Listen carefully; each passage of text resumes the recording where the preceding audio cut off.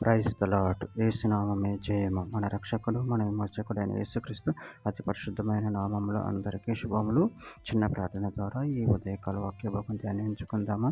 పరిశుద్ధుడు మహాగుణుడు అనే దేవ యేసయ్య సర్వాధికారినైన మీకు వేలది వందనము కృతజ్ఞతాస్తుతి స్తోత్రం చెల్లించుకుంటున్నాను.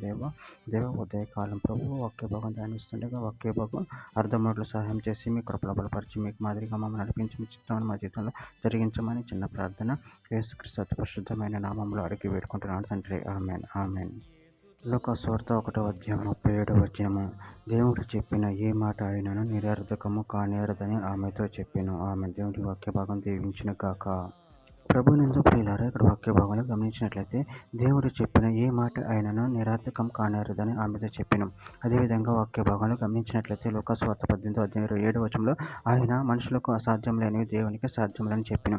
ఇర్మీయా గ్రంథం 32:17 యెహోవా ప్రభువా సైన్యములకు అధిపతియగు యెహోవా అను పేరు ఊహించువాడ శూరుడా మహాదేవ నీ అధిక బలం చేతను చాచిన బాహు చేతను భూమి ఆకాశం సృజించితివి, నీకు అసాధ్యమైనదేదీ లేదు. మత్తయి సువార్త 19:26 యేసు వారిని చూచి ఇది మనుషులకు అసాధ్యమే కానీ దేవునికి సమస్తమును సాధ్యమని చెప్పిన. ఫిలిప్పీయులకు రాసిన పత్రిక 3:21 సమస్తమును తనకు లోపర్చుకొన జాలిన శక్తిని బట్టి ఆయన మన దీన శరీరం తన మహిమ గల శరీరమునకు సమరూపం గలదు అనిగా మార్చడం. రాజుల మొదటి గ్రంథం 17:16 యెహోవా ఏలే ద్వారా సెలవిచ్చిన ప్రకారం తొట్టిలో ఉన్న పిండి తక్కువ కాలేదు, పొడ్డిలో ఉన్న నూనె అయిపోలేదు. మత్తయి సువార్త 17:20 అందుకైనా మీ అల్ప విశ్వాసం చేతనే మీకు అభజించేంత విశ్వాసం అనే ఎడల ఈ కొండను చూచి ఇక్కడి నుండి అక్కడికి పోమనగానే అది పోవును.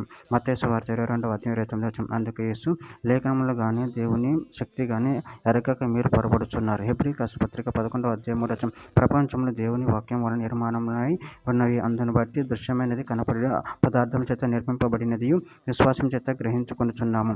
సంఖ్యాకాండం 23:19 దేవుడు అబద్ధమాడుటకు ఆయన మానవుడు కాడు, పశ్చాత్తాపడుటకు ఆయన నరపుత్రుడు కాడు, ఆయన చెప్పిన చేయకుండా ఆయన మాట ఇచ్చి స్థాపింపకుండా.